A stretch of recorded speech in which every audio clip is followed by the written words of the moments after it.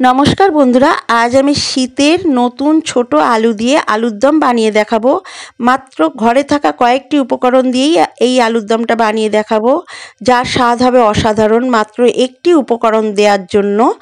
আর এই আলুর দমটা রুটি, লুচি, পরোটার সাথে খেতে দারুণ লাগবে। আমি কিভাবে এই আলুর দমটা, শীতের নতুন ছোট আলু দিয়ে আলুর দমটা বানাই, সেই রেসিপিটাই আপনাদের সঙ্গে শেয়ার করে নেব। চলুন তাহলে শুরু করি। এই শীতকালের যে নতুন ছোট আলু পাওয়া যায়, সেই আলুগুলো আমি নিয়ে নিয়েছি একটা প্রেসার কুকারের মধ্যে, আর খানিকটা জল দিয়ে দিয়েছি। এবারে দিয়ে দেবো একটু নুন। এই নুন দিয়ে আলুটা সেদ্ধ করলে আলুটার মধ্যে নুনটা ঢুকে যায় ঠিকঠাকভাবে। আলুটা সেদ্ধ হয়ে গেছে, আমি খোসাটা ছাড়িয়ে নিয়েছি, দেখুন ঠিক এইভাবে। এবারে এটাকে এক সাইডে রেখে দেব।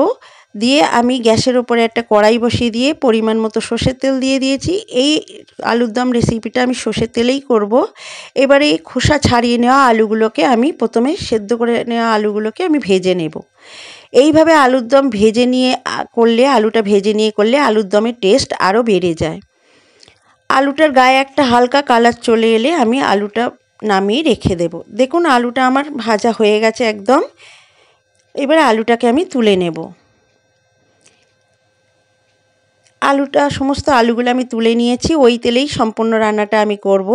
এবারে এখানে আমি গোটা গরম মশলা ফোড়নের জন্য দিয়ে দিলাম। 4টে এলাচ মুখটা ফাটিয়ে, একটা দারচিনি আর 4টে লবঙ্গ আর 2টো তেজপাতা দিয়ে এই ফোড়নটা একটু ভাজা ভাজা করে নেব।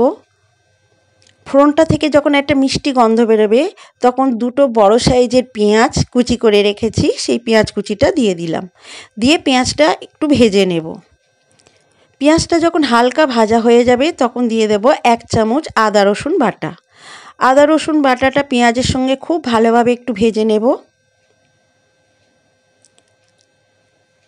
দেখুন আদা রসুন বাটাটা পেঁয়াজের সঙ্গে খুব ভালোভাবে ভেজে নেওয়া হয়ে গেছে। এবারে দেব একটা বড় সাইজের টমেটো কুচি।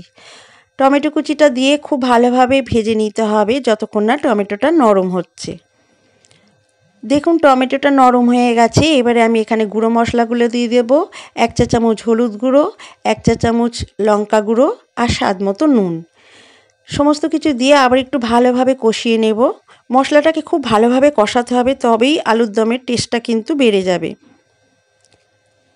মশলাটা খুব ভালোভাবে কষিয়ে নিচ্ছি আমি। এই সময় আঁচটাকে লো আঁচে রেখে আমি মশলাটাকে কষিয়ে নিচ্ছি, নাহলে মশলাটা পুড়ে যাবে। এবারে এখানে আমি 1 চা চামচ চিনি দিয়ে দেব। চিনিটা দিয়ে আবার একটু মশলার সঙ্গে খুব ভালোভাবে কষিয়ে নেব। চিনিটা দেওয়ার কারণেই কিন্তু আলুর দমের কালারটা এবং টেস্টটা অনেক বেড়ে যাবে।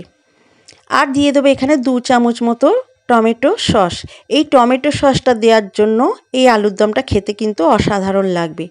আপনারাও এইভাবে টমেটো সস একটু 1 চামচ কি 2 চামচ দিয়ে দেখবেন মশলা কষানোর সময়।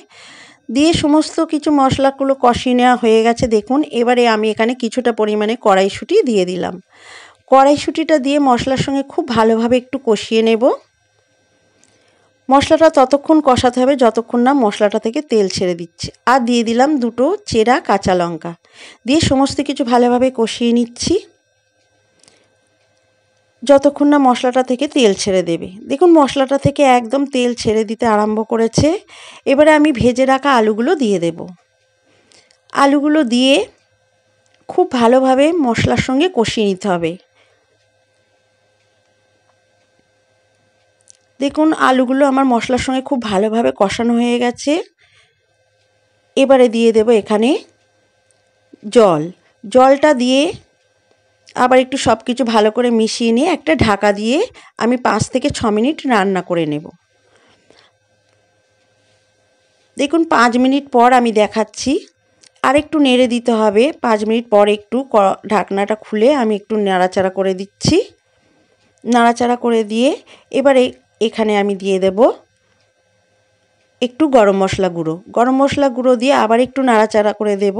আমার আলুর দম প্রায় হয়ে এসেছে। এবারে দিয়ে দেব আমি এখানে নামাবার আগে একটু ধনেপাতা কুচিটা অবশ্যই দেবেন, তাহলে আলুর দমের টেস্ট কিন্তু অসাধারণ লাগবে। ধনেপাতা কুচিটা দিয়ে একটু ভালোভাবে আমি মিশিয়ে নেব আলুটার সঙ্গে। সমস্ত কিছু মেশানো হয়ে গেছে। এবারে আমি গ্যাসটাকে অফ করে দেব। দেখুন গ্যাসটাকে অফ করে দিয়েছি। এইভাবে আমি খানিকক্ষণ রেখে দেব এই কড়াইয়ের মধ্যে আলুর দমটা। আমার শীতের নতুন ছোট আলু দিয়ে আলুর দম একদম রেডি। আমার আজকের এই আলুর দমের রেসিপি যদি ভালো লাগে তো অবশ্যই একটা লাইক করবেন। আপনারাও বাড়িতে এইভাবে বানান। আমি 100% বলছি খেতে আপনাদের দারুণ লাগবে। একটু নতুনত্ব আসবেই এই আলুর দমের রেসিপিটায়।